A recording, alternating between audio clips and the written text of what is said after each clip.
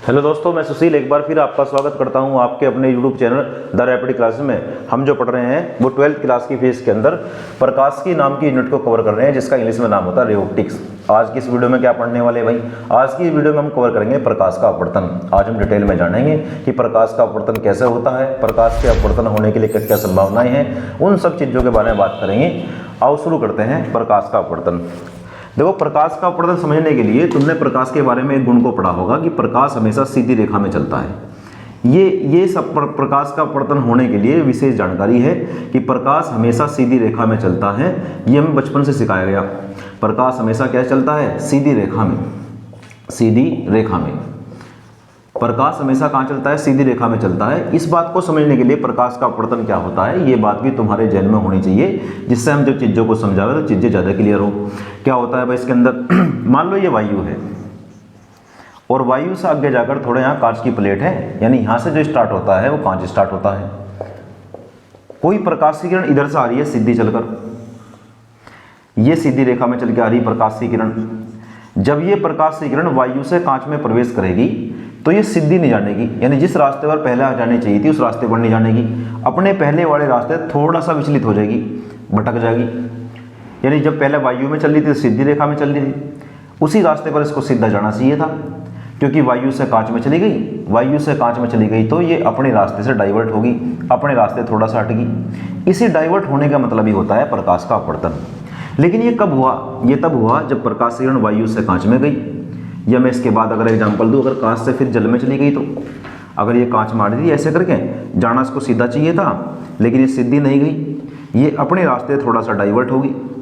ये सब क्या है? जब कोई प्रकाश की किरण वायु से कांच में गई, कांच से जल में गई, जैसे जैसे उसका पदार्थ बदला तो वो डाइवर्ट होनी शुरू होगी। यानी प्रकाश का अपवर्तन कब होता है? प्रकाश का अपवर्तन तब होता है जब प्रकाश की किरण एक पदार्थ से दूसरे पदार्थ के अंदर जाती है।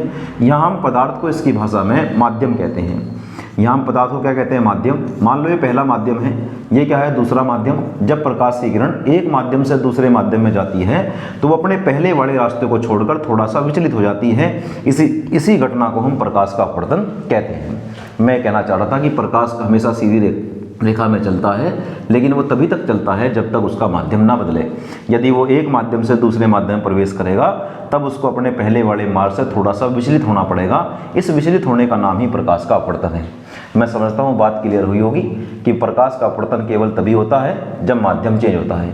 तुम सोच रहे सर माध्यम क्या है? माध्यम हर वो पदार्थ है जिसके अंदर प्रकाश चलता है। पदार्थ भी कैसा? पदार्थ पारदर्शी पदार्थ, क्योंकि प्रकाश केवल पारदर्शी पदार्थ के अंदर ही चल सकता है, इसलिए उसका नाम होता है पारदर्शी माध्यम। जैसे वायु के अंदर प्रकाश चल सकता है, कांच के अंदर प्रकाश चल सकता है, जल के अंदर प्रकाश चल सकता है, तो ये सभी क्या हुए? ये सभी पारदर्शी माध्यम हुए।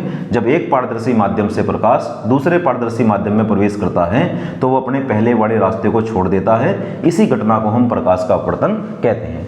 ये है, आओ चलो लिखते हैं इसको भी। जब कोई प्रकाश की किरण जब कोई प्रकाश की किरण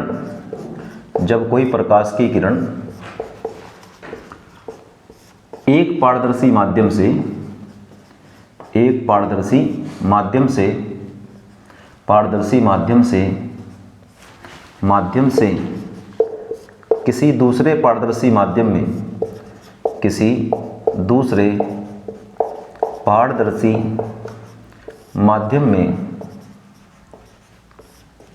में प्रवेश करती है।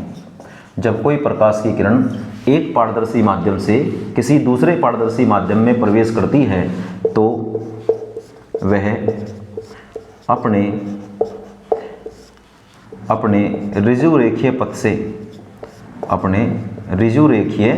पथ से पहले वाले रास्ते से ऋजु रेखीय पथ से विचलित हो जाती है।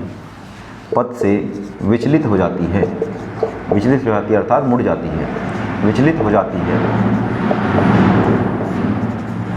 इसी घटना को प्रकाश का अपवर्तन कहते हैं। यानी तुमने अभी तक जानकारी ली कि जब प्रकाश सीधी रेखा में चलता है तो हमेशा सीधी रेखा में ही चलता रहेगा। कब तक? जब तक पदार्थ ना बदले। पदार्थ को हमने यहाँ नाम दे दिया पारदर्शी माध्यम। यदि पारदर्शी माध्यम चेंज हुआ, एक माध्यम से दूसरे माध्यम में प्रकाश गया, तो उसको अपने पहले वाले मार्ग को छोड़ना पड़ेगा और उससे विचलित होकर जाना पड़ेगा। इसी घटना का नाम है प्रकाश का अपवर्तन। मैं समझता हूँ चीजें क्लियर हुई होगी। एक बार इसका स्क्रीनशॉट लेंगे, फिर हम आगे चलते हैं। चलिए अब बात करते हैं हम प्रकाश के अपवर्तन के प्रायोगिक प्रदर्शन की। प्रकाश के अपवर्तन का प्रायोगिक प्रदर्शन, प्रायोगिक प्रदर्शन, प्रकाश के अपवर्तन का प्रायोगिक प्रदर्शन, यानी हम प्रकाश के अपवर्तन की घटना को अब करके देखेंगे। उसके लिए हम क्या करेंगे यार, उसके लिए हम दो माध्यम लेंगे। मान लो हमारे पास ये माध्यम नंबर 1 है, जिसे हमने वायु मान लिया। माध्यम 1 मान लो ये वायु है, और इसके बाद हमने यहाँ से आगे एक कांच की पट्टी को रख दिया।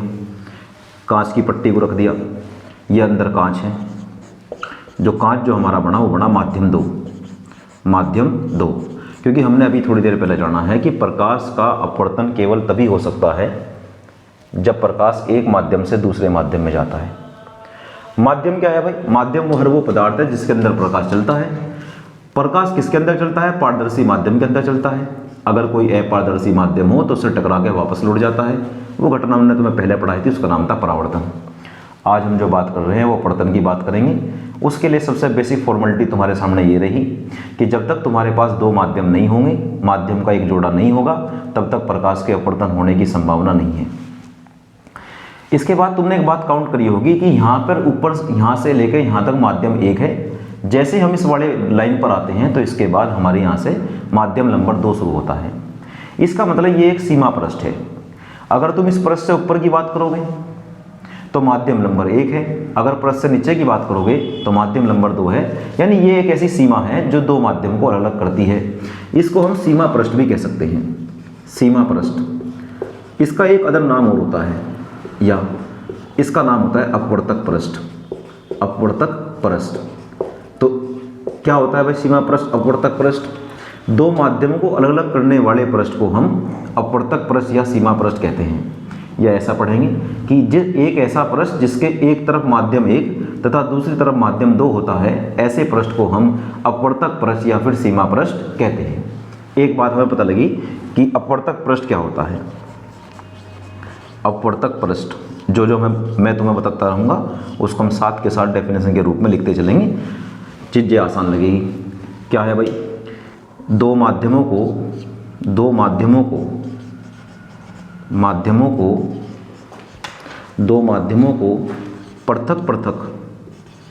पृथक पृथक करने वाला काल्पनिक पृष्ठ, काल्पनिक पृष्ठ। दो माध्यमों को पृथक पृथक करने वाला काल्पनिक पृष्ठ अपवर्तक पृष्ठ या सीमा पृष्ठ कहलाता है। अपवर्तक पृष्ठ या सीमा पृष्ठ कहलाता है।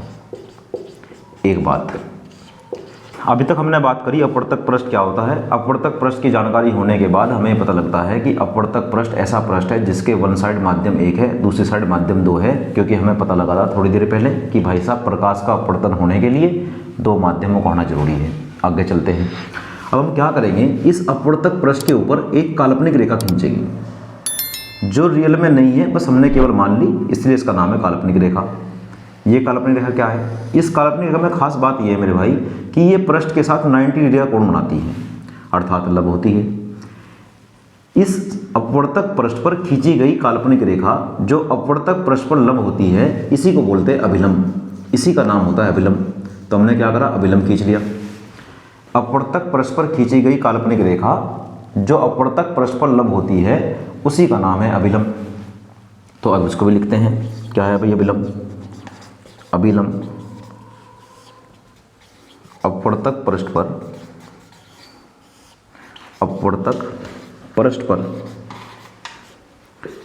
खींची गई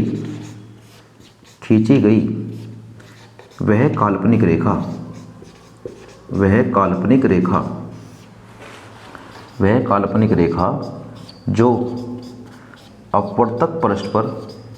अपवर्तक पृष्ठ पर लंब होती है,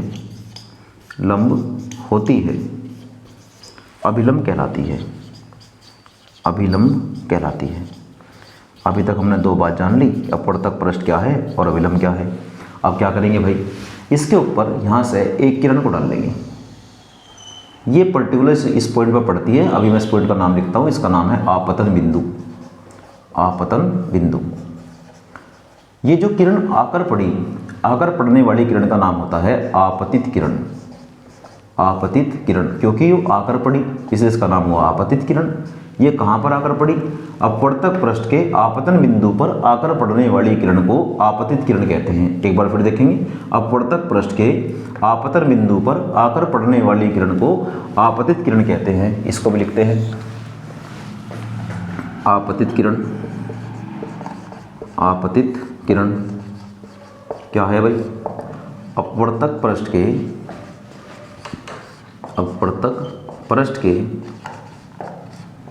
आपतन बिंदु पर, आपतन बिंदु पर आकर पड़ने वाली, आकर पड़ने वाली प्रकाश की किरण को, प्रकाश की किरण को आपतित किरण कहते हैं। आपतित किरण कहते हैं, किरण कहते हैं। एक बात। दूसरी बात क्या है भाई, इन दोनों के बीच में यहाँ पर ये एंगल बनता है, इस एंगल का नाम है आई, जिसको हम बोलते हैं आपतन कोण। आपतन कोण। ये किस किस के बीच बना भाई, ये बना इस आपतित किरण और इस अभिलंब के बीच जो कोण बना, इस आपतित किरण और अभिलंब के बीच बनने वाले इस कोण का नाम होता है आपतन कोण। इस बात को भी लिखते हैं। आपतन कोण क्या है, आपतन कोण। आपतित किरण, आपतित किरण तथा अभिलंब के बीच, तथा अभिलंब के बीच, अभिलंब के बीच बनने वाले कोण को, कोण को आपतन कोण, आपतन कोण आई कहते हैं। आई कहते हैं। एक बात देखो जरा ध्यान से, यदि माध्यम ना बदलता तो प्रकाश अपने उस गुण को दोहराता जो मैंने तुम्हें थोड़ी देर पहले बताया था कि प्रकाश हमेशा सीधी रेखा में चलता है। मैं इमेजिन कर रहा हूँ कि माध्यम नहीं बदल रहा तो प्रकाश इसी सीध में यहाँ जाता, सीधी रेखा में।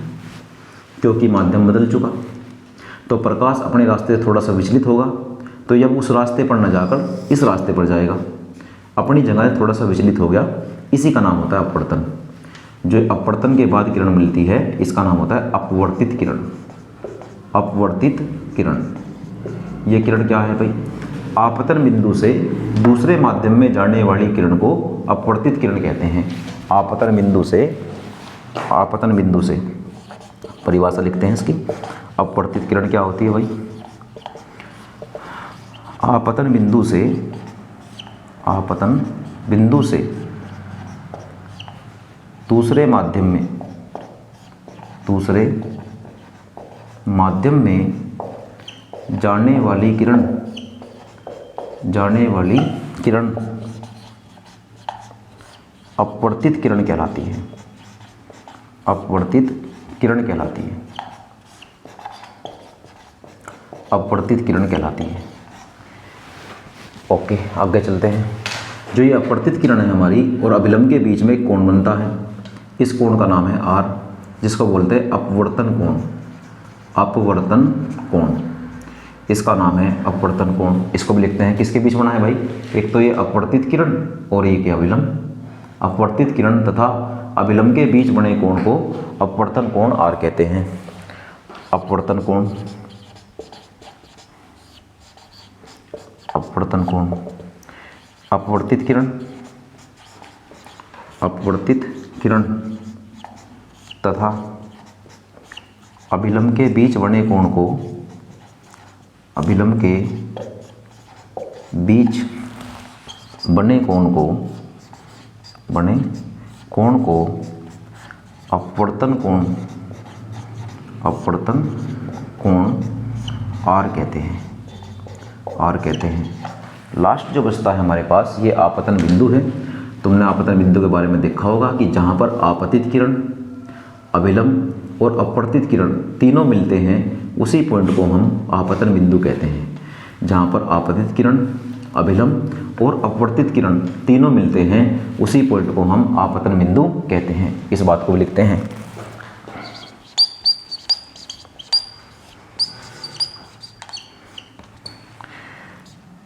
अपवर्तक पृष्ठ के जिस बिंदु पर पहली किरण का नाम क्या है भाई? आपतित किरण। दूसरी का नाम क्या है? कोमा अपवर्तित किरण तथा अभिलंब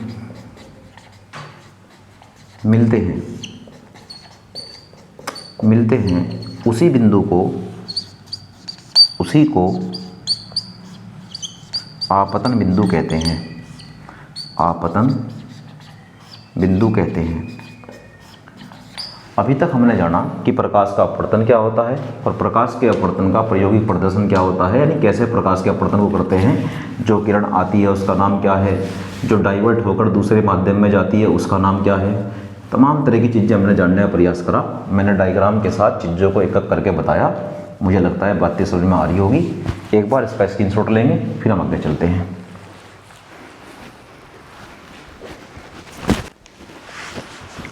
चलिए, अभी तक हमने जाना प्रकाश का अपवर्तन क्या होता है, ये एक प्रायोगिक प्रदर्शन है। अब मैं जो तुम्हें बताने जा रहा हूँ एक बहुत ही अच्छी बात है जो तुम्हें पता होनी चाहिए। क्या बात है भाई? मैं कह रहा था कि जब ये प्रकाश की किरण एक माध्यम से दूसरे माध्यम में जाती है तो ये मुड़ जाती है या विचलित हो जाती है। तो तुम लोगों के दिमाग में एक बात जरूर आ रही होगी कि सर ने इस प्रकाश की किरण को नीचे को मोड़ा है, ये प्रकाश की किरण ऊपर भी तो मुड़ सकती है। जैसे एग्जाम्पल के तौर पर, जैसे मैंने इस किरण को यहाँ से मोड़ा है, ऐसे मैं इसको यहाँ की बजाय विचलित तो करना है, इस वाले डायरेक्शन की बजाय यहाँ से ले जाता हूँ। क्या ऐसा संभव है? ये प्रकाश की किरण यहाँ से ही जाएगी हमेशा, नीचे को ही मुड़ेगी क्या? ये ऊपर को भी तो मुड़ सकती है। ऐसे तमाम तरह के सवाल तुम्हारे दिमाग में होंगे, मैं ऐसा समझता हूँ। मैं कह रहा था कि दोनों ही किरण संभव है। प्रकाश जब दूसरे माध्यम में जाता है तो नीचे को मुड़ता है। मैं इसको एक पहचान दे दूँ, ये हमारा अभिलंब है। अभिलंब की तरफ को भी मुड़ता है और अभिलंब से दूर भी हटता है। जब प्रकाश की किरण एक माध्यम से दूसरे माध्यम में जाती है तो वो डाइवर्ट होने के बाद, मुड़ने के बाद, विचलित होने के बाद अभिलंब की तरफ को भी मुड़ सकती है और अभिलंब से दूर भी हट सकती है। संभावना दोनों ही है। पहला क्वेश्चन कि हमें कैसे पता लगेगा कि भाई कब अभिलंब की तरफ को मुड़ेगी और ऐसी कौन सी स्थिति बनती है जब वो अभिलंब से दूर हटेगी। अब हम इस बात को समझते हैं। क्या बात है भाई? मैं इस बात को दो डायग्राम से क्लियर करूँगा और उससे समझाने का प्रयास करूँगा। ये हमारा पहला डायग्राम है जिसमें हमने लिया ऊपर वायु माध्यम नंबर 1 के रूप में, नीचे लिया हमने कांच माध्यम नंबर 2 के रूप में। क्योंकि ये बात तुम्हें समझ में आ चुकी कि जब तक प्रकाश का माध्यम नहीं बदलेगा तब तक प्रकाश का अपवर्तन नहीं होगा। हमने एक किरण चलाई यहाँ से, इसका नाम है आपतित किरण। अभी बताया, कंपैरिजन कर लो। इनके बीच का कोण कितना है? आई। जाना चाहिए था इसको इस रास्ते पर सीधी रेखा में, क्योंकि माध्यम बदल चुका। तो ये जब माध्यम बदल चुका तो एक किधर को मुड़ेगी? अभी ये सस्पेंस है। मैं एक बार दूसरा डायग्राम बना दूँ, दोनों डायग्राम को साथ में समझाता हूँ। ये हमारा डायग्राम नंबर 2 है। इसमें हमने उल्टा कर दिया। यहाँ पर हमने कांच ले लिया और यहाँ पर ले लिया वायु। ले कुछ भी सकते हैं, यहाँ जल ले सकते हैं, यहाँ वायु ले सकते हैं। उसी एग्जाम्पल समझाते हैं जिससे चीज़ें ज़्यादा क्लियर हो। हमने एक प्रकाश की किरण इधर से डाल दी। ये कोण कितना बना? आई। जाना चाहिए था इसको सीधे रास्ते पर। अब ये किधर को मुड़ेगी, इस बात को समझो। इन दोनों डायग्राम को समझने के लिए तुम्हें मैं दो बातें बताता हूँ पारदर्शी माध्यम के बारे में। पारदर्शी माध्यम के बारे में दो विशेष बातें हैं। पारदर्शी माध्यम दो प्रकार का होता है, एक और एक दो। पहले का नाम होता है सघन, दूसरे का नाम होता है विरल। कई लोग सोच रहे हैं नई बात आई, क्या मसला है इसका? मैं तुम्हें एक लाइन में बताता हूँ। जो गाढ़ा माध्यम है वो तो सघन, और जो उसके कंपैरिजन में पतला है वो विरल। अब तुम कंपैरिजन करो, ये बताओ वायु तो गैस है, गैस के अणु तो दूर दूर होंगे। कांच तो ठोस है, ठोस के अणु तो पास पास होंगे, जिसके अणु दूर दूर होंगे वो पतला माध्यम है, जिसके अणु पास पास होंगे वो गाढ़ा माध्यम है। यानी इस वजह से वायु क्या हुई, विरल, और कांच क्या हुआ, सघन। कांच क्या हुआ, सघन। तो जब कोई प्रकाश की किरण विरल माध्यम से सघन माध्यम में जाती है तो फिर वो अभिलंब की तरफ को मुड़ती है। फिर वो कहाँ मुड़ती है, अभिलंब की तरफ को। लेकिन अगर अपोजिट हो जाए, अब की बार क्या है, ऊपर तो है सघन गाढ़ा माध्यम, इसकी कंपैरिजन में गाढ़ा माध्यम, और नीचे क्या है, विरल। ये बात चीज़ों को याद रखने का मेथड है एक। ये क्या है, विरल।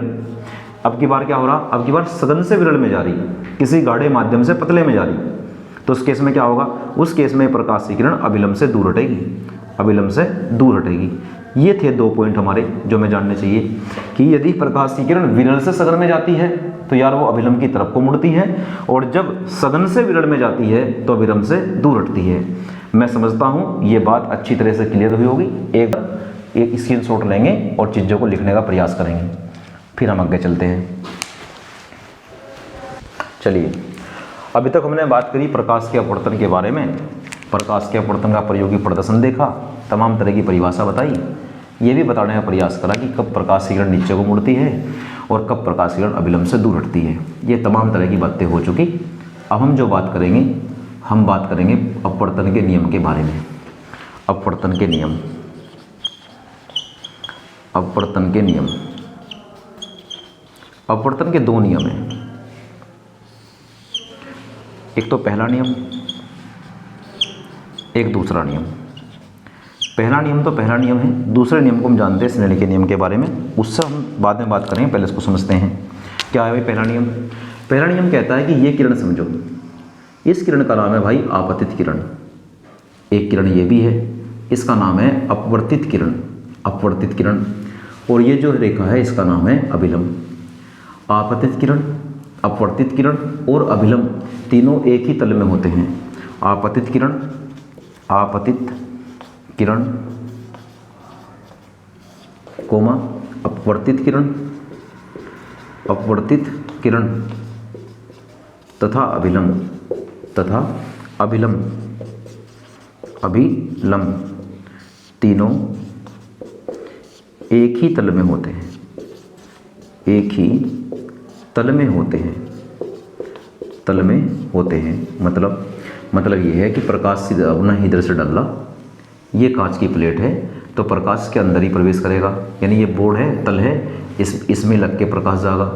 लेकिन अगर ऐसा ना होता, प्रकाश हम यहाँ से डालते और प्रकाश ऐसे मुड़ के आता जैसा मार्कर है, तो कांच की प्लेट में जाते ही ना बाहर को मुड़ जाता, यानी ये भी संभव नहीं है, नियम के खिलाफ है।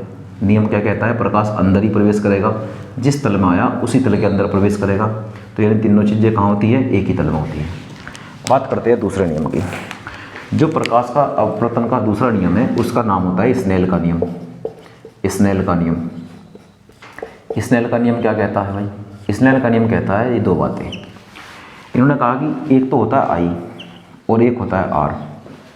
आई का नाम होता है आपतन कोण, आई का नाम क्या है, आपतन कोण, और भाई आर का नाम है अपवर्तन कोण, आर का नाम है अपवर्तन कोण।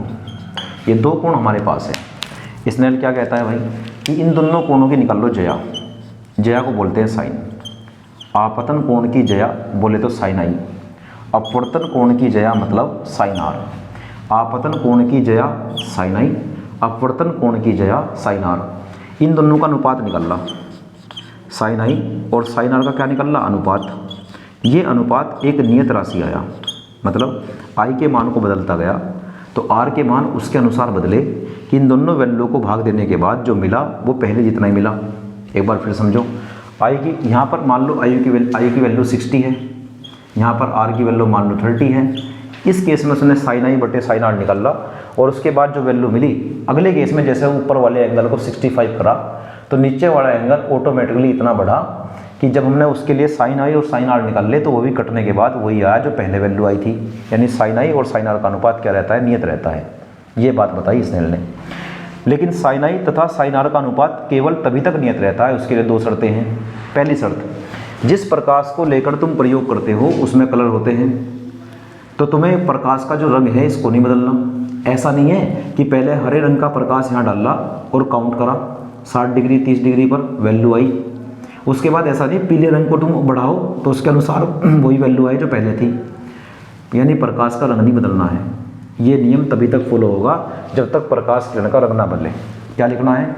यदि प्रकाश किरण का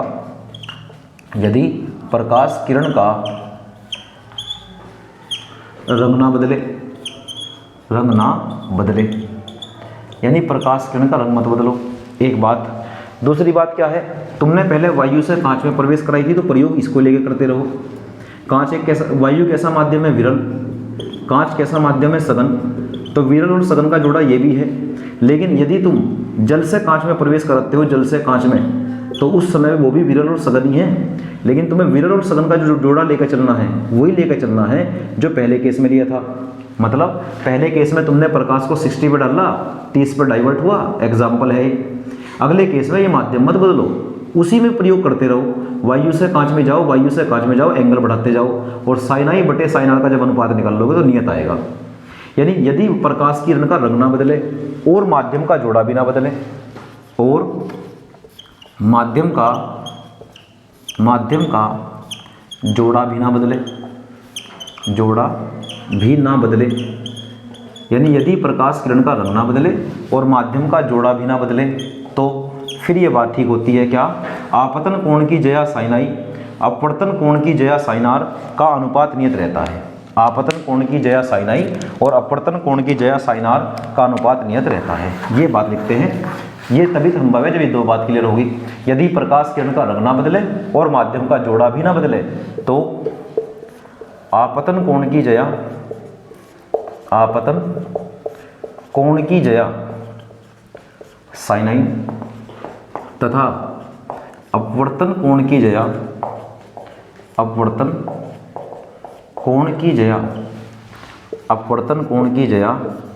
साइन आर का अनुपात नियत रहता है। इसी को स्नेल का नियम कहते हैं। मतलब साइन आई बटे साइन आर बराबर नियतांक। स्नेल ने बताया कि जो नियतांक होता है किस बात पर डिपेंड होता है। इस नियतांक को पहले माध्यम के सापेक्ष